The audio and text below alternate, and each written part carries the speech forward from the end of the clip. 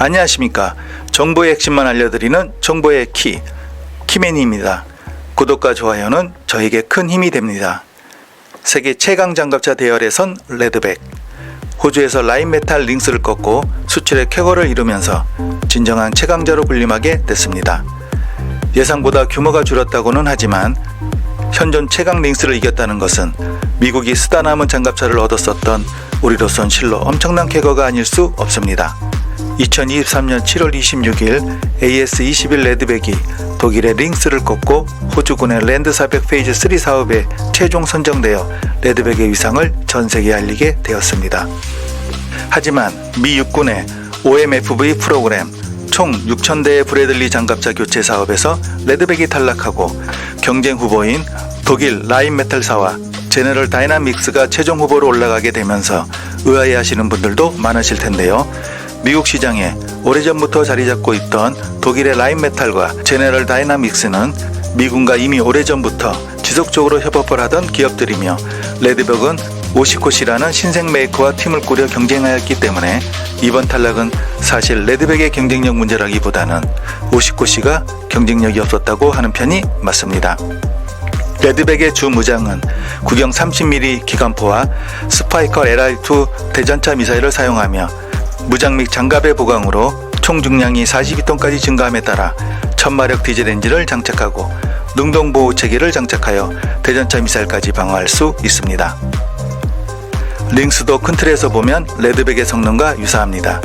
일부 차이는 기관포의 구경이 35mm로 조금 더 커졌고 디젤 엔진의 출력이 1140마력으로 증가했다는 점이며 가격 대비 성능 등의 문제로 레드백에 밀려 수주에 실패했습니다.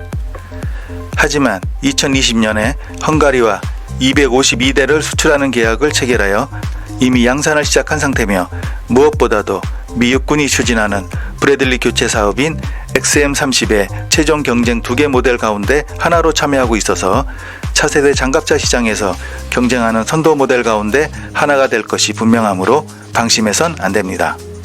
최고 성능을 자랑하는 미군의 XM30 장갑차의 성능은 아직 확정되진 않았지만 2023년부터 상세 설계와 시제품 제작이 시작되어 2027년 양산이 시작될 예정이며 레드백, 링스 대비 가장 큰 차별성은 하이브리드 엔진을 장착하고 유무인 선택 운영이 가능하다는 것입니다.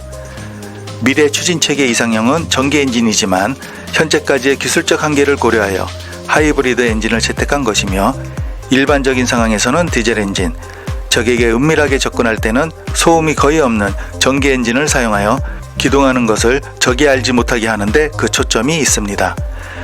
유무인 선택은 동일한 플랫폼을 유인으로 운영할 수도 있고 무인으로 운영할 수도 있다는 의미이며, 즉 선두는 무인 장갑차 또는 로봇 전투 차량을 운영하고 후속 장갑차는 유인, 일명 멈티로 운영하여 인명 손실을 최소화하는 데 기여할 것입니다. 이를 종합하면 차세대 장갑차의 최종 성능은 XM30이 될 가능성이 높으며 미군은 하이브리드 엔진과 유무인 선택 운영 등을 통해 차별성을 유지하고 관련 기술의 전파를 최대한 억제할 것이기 때문에 레드백은 전력화 이후에도 성능 개량을 통해 XM30과 격차를 줄이는 전략이 필요합니다. 사실 하이브리드나 인공지능 기술은 군사 강국에 비해 우리나라가 아직 부족한 건 사실입니다. 또한 차세대 장갑차의 급격한 단가 상승도 주목해야 합니다.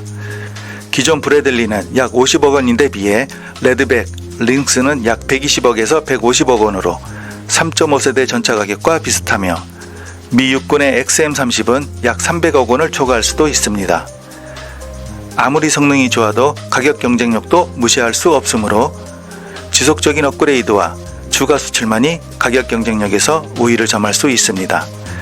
하이브리드 엔진은 차세대 기동 장비의 핵심 기술이며 우선 장갑차용을 개발하고 성능을 향상해 전차에도 적용될 것이 확실시되기 때문에 이와 관련된 첨단 기술의 적기 확보가 중요하고 K2 전차의 파워팩, 드론의 엔진 개발 과정 등에서 겪었던 혼선과 지연을 결코 반복해서는 안됩니다. 또 하나의 핵심 기술은 인공지능 AI 소프트웨어입니다. 미군은 XM30 개발에서 플랫폼과 별개로 소프트웨어 전문 회사를 추가 선정하는 방안을 검토하고 있습니다. 이는 소프트웨어는 유무인 운용의 성패를 좌우하고 수개월 혹은 매년 단위 업그레이드를 해야 하며 앞으로 미래 전장에서 쓰일 모든 무기들이 유무인 복합 체계로 발전하므로 전문적인 소프트웨어 개발과 육성을 꾸준히 지원하여 군사 강국의 자리를 지키겠다는 말입니다.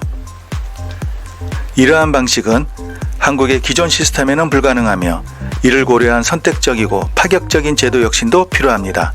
결론적으로 차세대 장갑차는 미래 전장에서도 핵심적인 무기 체계가 될 것이며 우크라이나 전장에서 보듯이 제병 합동작전, 즉 보병, 기갑, 포병, 항공 등 다양한 병가 부대가 합동작전하는 것이 전쟁의 승패와 직결되며 미래전에서의 장갑차의 중요성을 알게 된 것입니다.